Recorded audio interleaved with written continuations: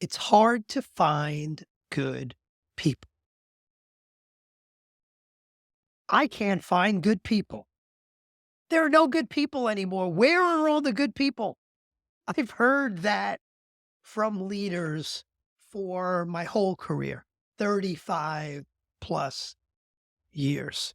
Yes, it's always been and it will always be difficult to find good people, but we need to find a way. We can't throw our hands up and build our team, build our company with mediocre people. Kip Tyndall, who was the founder of the Container Store and the CEO for many years, had this great philosophy around people he called 1 equals 3. 1 equals 3 says 1 superstar performer equals the productivity of 3 mediocre performers.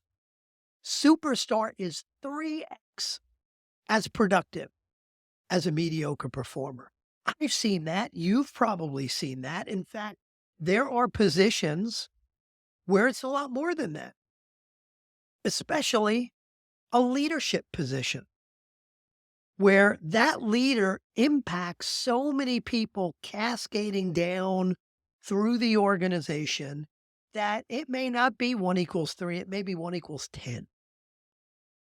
Now, we need to find good people, but there are a number of obstacles in our way, even in addition to the obstacle of there may not be that many good people out there. The good people that are out there are probably feeling pretty happy and fulfilled where they're working right now. But in addition to that, there are some challenges that we have within companies that make this process much harder than it needs to be. And the first thing I see is many companies have no process. There's no consistent, reproducible, productive process to go out and find the best people. It almost feels to me from the outside when I'm coaching these organizations that every time they need to go hire somebody, it's a brand new project they haven't worked on before. How should we do it? Where should we market it? Where should we post it? Who should we talk to? What kind of job description do we need? What should we be paying? How do we market it? Who should be interviewing? How should we interview? How do we evaluate? If you want to increase your chances of finding the right people for your organization, to find potential superstars, to find people who will perform at an A level, you need a consistent process. And I'll talk about some things that should be part of that process. And there's not one right process, but you need a consistent process. Number one. Number two obstacle is it's easy to get fooled by a nice resume. Easy to get fooled, especially when you are looking for folks at a senior enough level. They're probably schooled at creating a great resume. So we make mistakes in hiring because the resume looks great, but we don't have the right interviewing process to get to the heart of what's real and whether that person is a real fit in our organization. Speaking of fit, the other problem I see is that companies are focused on the jobs they've had before, the experience and the positions they've had before, and maybe how they sound on an interview, but they're not really focused on culture fit. They may not even know what culture fit means other than, I kind of liked her, or he seemed to have an attitude. Like, what does culture fit mean? You should be interviewing with a set of core values in mind, a set of non-negotiable behaviors, not asking people if they believe in your core values. Of course, they'll say they do because they want the damn job. But you need to ask them questions on an interview that get to the heart as to whether those people are already living those core values. Don't ask someone if they believe in your we take initiative core value. Well, they're not going to say no. Ask them questions to find out where in their career they have taken initiative. And if you can't find it anywhere, assume they probably don't live that core value. Doesn't make them a bad person, but it may make them a bad fit for your organization. So that's another problem I see, is that people don't focus on that culture fit. I also see the problem of people kind of bootstrapping the hiring process. And I'm not talking about a brand new startup. I'm talking about companies that have been around in a while, looking to pay less for people. Let's see if we could hire someone, but instead of paying them, the 150,000, we know that that job is paying everywhere else. Let's see if we can pay someone 120 or 130. This is not the place to bootstrap. Remember, 1 equals 3. Or for a leader, it may be 1 equals 5 or 1 equals 10. What does that mean? That means you could pay somebody double what you're paying a mediocre performer and still get return on investment. The other problem I see is people hiring for the present, but not thinking about the future. The biggest thing that will hold you back from growing your organization is not having the right people to drive that growth.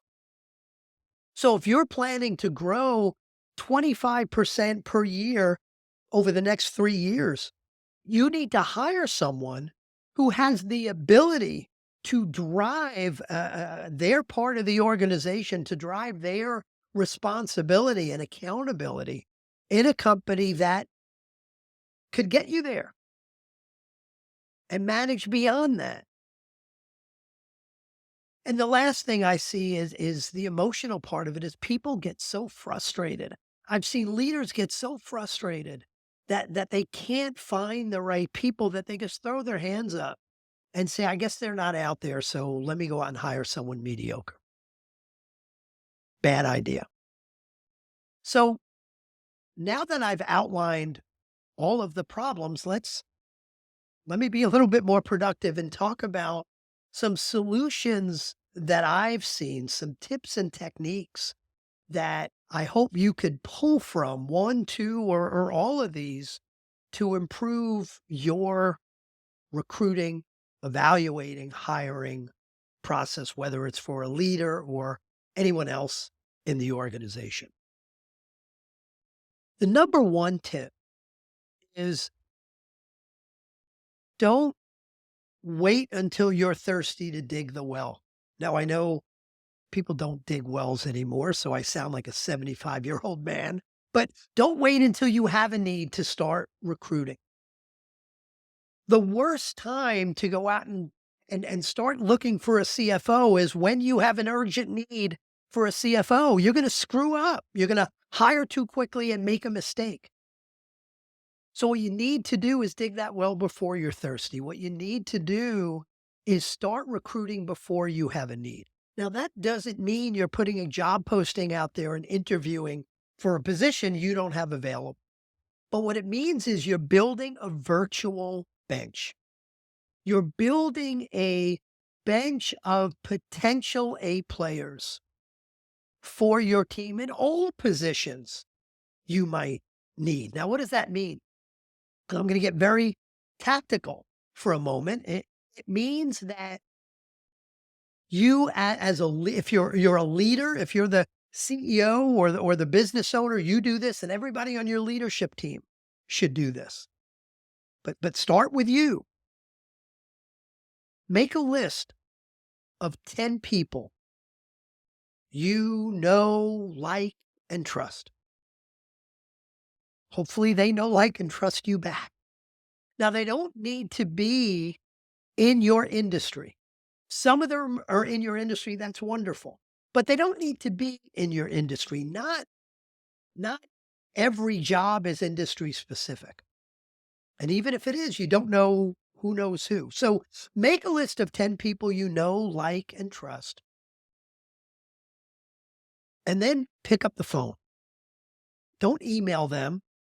Pick up the phone, call them and ask them who they know that's a potential superstar. The call might go like this. You might say, "Hey, Mike, I hope things are going well. Hey, you know how important it is that I grow my business. You know how seriously I take that. And I've got to surround myself with the right people. We have significant growth plans. Who do you know that's a superstar that I ought to talk to?" Now, the response you may get is, what kind of person are you looking for? Are you looking for a salesperson? Are you looking for an accounts payable clerk? Are you looking for a CFO? You got to help me. What are you looking for? And your answer should be, you know what? We've got growth plans. We're going to need to fill all positions. We're going to need people who could sell. We're going to need people who can service. We're going to need people who could market. We're going to need we're going to need all sorts of great people. So this is not about a specific position. I need to talk to superstars. Who do you know that I ought to talk to?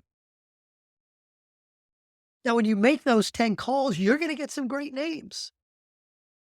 You're going to get people that, what, and these are stories I've heard from clients where there was someone that they ended up getting introduced to was someone who had interviewed at that company of the friend they called. They'd interviewed at that company, but they didn't have a need for them right now. But man, they were amazing. I think you ought to talk to 'em. It was someone who left the company a year ago because they hit a ceiling. They left on great terms, but they hit a ceiling and they went somewhere else for a better opportunity.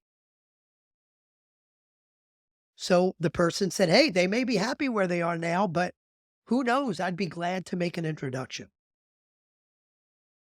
So pretty simple to make those phone calls. Now, most leaders, as simple as it is, don't do it. They don't make the time to do it. They don't necessarily feel comfortable asking others for help.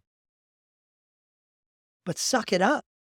It's not hard to make those phone calls. You will get introduced to some great people. And then what you do is you're not sitting down and having a job interview with them unless you happen to have a need for what they have right at that moment. But assuming you're going to get people at all different levels for all different positions, what you want to do is have a cup of coffee with them, virtual cup of coffee. If they're local, in person, cup of coffee. Talk to them. Tell them a little bit about you and your company. Find out a little bit more about them. It's not a job interview. It's, "Hey, Joe said you were a superstar. I needed to meet you. So let's talk, get to know each other. Who knows what might come of it?" Because chances are you don't have a need for what they do right now.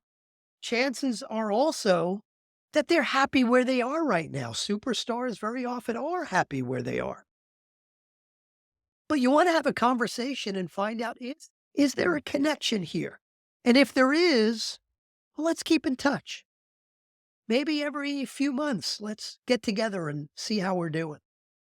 And by the way, the last question you ask that person, assuming you enjoyed the conversation and you want to add them to your virtual bench and stay in touch, the last question you ask them is, "Hey, who do you know that's a superstar that I ought to be talking to?" So those introductions beget more introductions. And if you're doing that and you're keeping in touch with those folks and other members of your team are doing the same thing, that virtual bench may not help you hire someone next week. But if you set a goal and say something like, "Hey, everybody on our team has got to add 2 people to our virtual bench every month or even every quarter," you could see if a number of folks are doing that, how that virtual bench grows and grows. And if you're keeping in touch with those folks in time, you got dozens of great people on your virtual bench. And at some point, you're going to need what they do. At some point, they're not going to feel as great about where they are, and they're going to call you. So, first tip is to build a virtual bench. Second is plan ahead, just like building a virtual bench. Given your growth plans, start to understand not where you have a need today, but where might you have a need 2, 3, 4, 5 quarters from now. And if you do that, if you have more time to project out what your needs are, you could do a better job of breeding folks from within the organization. You don't need a VP of sales right now, but given your growth trajectory, your growth goals, a year and a half from now, you will need a VP of sales. Well, start breeding folks from within right now. There's a great method I use called the accelerator session, which you could learn about. There is another podcast called Building Your Leadership Team Bench. Check that out, and it talks about the accelerator session. So if you have more time before you've got to fill that need, if you know it's an important need, but it's not urgent yet, you can give people opportunities to grow within your company to fill that need. So think harder about hiring from within and what you need to do to groom people for that. The third tip is have an employee referral program. Not just an employee referral program where, yes, a lot of you are paying people $250, $500 for referrals. If we hire someone you introduce us to, we'll give you a check for $250. Well, I love that you have a program, but I've got news for you. $250 is not changing anybody's behavior. No one is looking at a $250 bonus and saying, ooh, I better make some phone calls.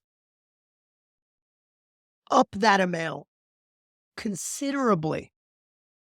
Why not $5,000? Why not $7,500? Why not $10,000?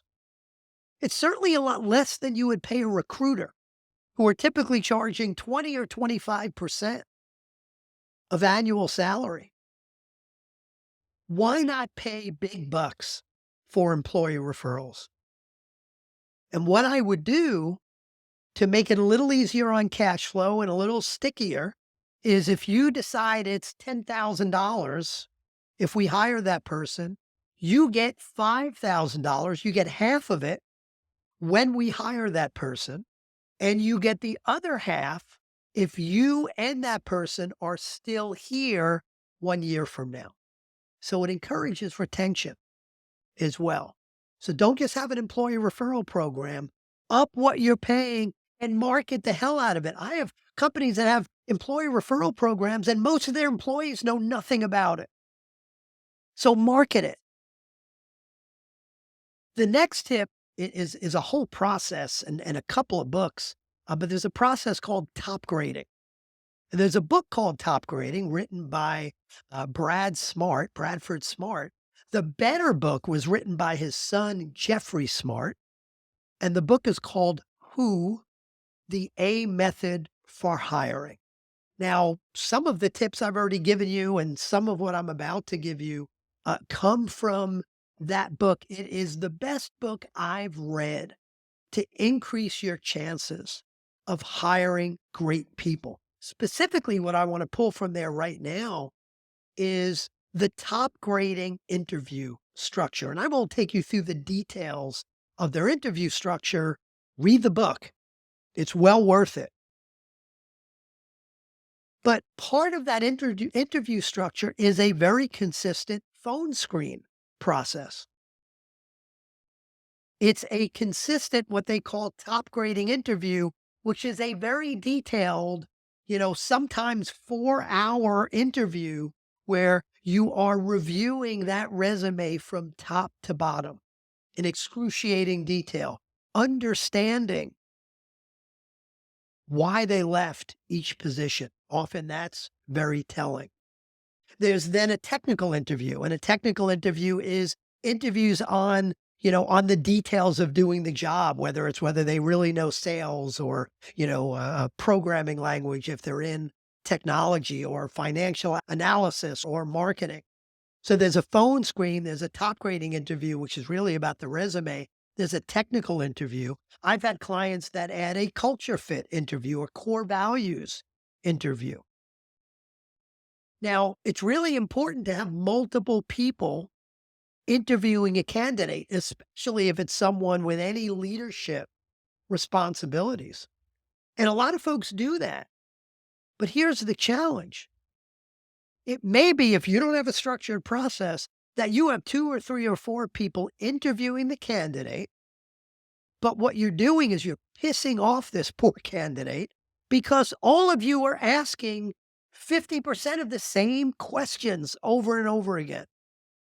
By having a structured interview process, phone screen, top grading, technical interview, core values interview, etc., you can divide and conquer so you're not all asking the same questions over and over again, and you get a much better feel for the candidate. So that's called the top grading interview structure. The other great idea from the book, Who the A Method for Hiring, is what they call the TORC method, TORC. TORC stands for threat of a reference check. Now, a lot of you probably do reference checking. But for a lot of you, it's probably not a very valuable part of the process. You do it because you know you're supposed to do it, but you're not really getting value. The references they give you are their best buddies who are only going to say great things. So what value is that? Well, threat of a reference check makes the reference check process incredibly valuable. And that threat of a reference check actually starts on the phone screen, where you might say on the phone screen, hey, tell me about this job, as you're kind of doing a quick phone screen review of the resume. And you might say, well, who did you work for there? What was the name of your supervisor or your leader? Oh, that was Joe Smith. Well, when I talk to Joe, oh, and by the way, if you get this far in the interview, I'm actually going to ask you to schedule a meeting for me to talk to Joe. But when I talk to Joe, how do you think he'd rate your performance on a scale of 1 to 5? Now, a superstar loves that kind of question. They love that eventually you're going to ask them to schedule a meeting with Joe. But a mediocre performer or a low performer is going to be scared out of their mind when they hear that. Oh my God, Joe's not going to say good things about me. And now he's asking me what Joe would say. He's telling me I've got to schedule a meeting between him and Joe. I haven't talked to Joe in years. And by the way, he didn't like me much when I worked for him. It's a wonderful process. And when you get to the point of needing to schedule the reference check interviews, the person has been forewarned. And now when you ask them to go schedule those interviews, you also get an idea of their executive functioning. I had a client that interviewed someone who did incredibly well in the interview. But when it came time to scheduling the references, they blew it over and over again and just did dumb things. They never would have learned that this person had those kinds of challenges if they didn't go through this process. I had another client, one of the first times I recommended this many years ago, I had a client go do it and then come back to me and go, Mike, I did the threat of a reference check and it didn't work. I said, well, what do you mean it didn't work? And he said, well, we did phone screens with 20 people. We had 10 we really liked, but like 5 of them have ghosted us. We can't get in touch with them anymore. So I said, it worked. It worked. When you did threat of a reference check, you scared them off. And now you don't have to waste your time talking to them. So it's a beautiful, beautiful process. So within this top grading methodology, the top grading interviewing structure, the threat of a reference check, read Who the A Method for Hiring. The other solution, and the last solution I'm going to give you, I'm going to give you one solution and a philosophy. But the last solution is to focus more than you probably do on retaining your high performers.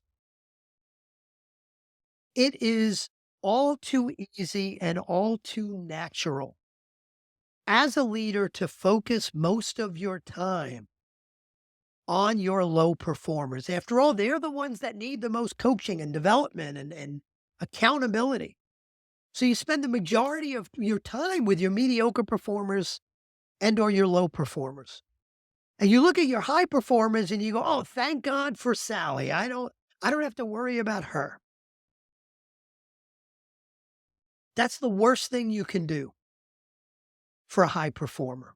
The worst thing you could do for a superstar is ignore them. You should be spending most of your time with your best people. Those are the people you're going to leverage to be great. Those are the people who want to be challenged. Those are the people who could take some of your work off your hands. Those are the people who are probably on the phone right now with a recruiter who's offering them to make 50% more going to your competition. So spend more time coaching, developing, challenging, re-recruiting your high performers. And the last thing I'll say is more of a philosophy, and it's the philosophy of fire fast, hire slow. Most companies do the opposite. They wait way too long to cut the cord on someone who's not a fit for their organization. And by the time they do, the work has piled up. There's crazy urgency, a big fire drill to replace the position. So they fired slow, but now they hire fast.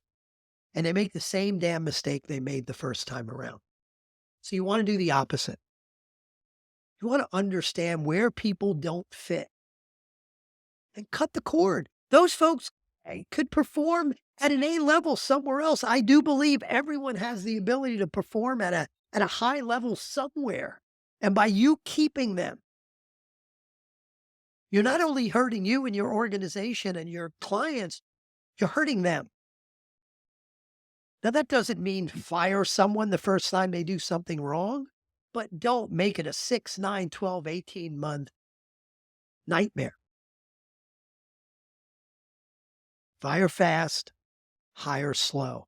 Hire slow doesn't mean drag out the hiring process, but it means, man, take the time to find the right person. Don't throw up your hands and say there are no good people out there. That's a recipe for mediocrity or less within your business.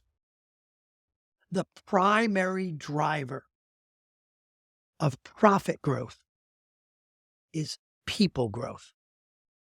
What are you doing to ensure you've got the right people? Until next time, go build your virtual bench.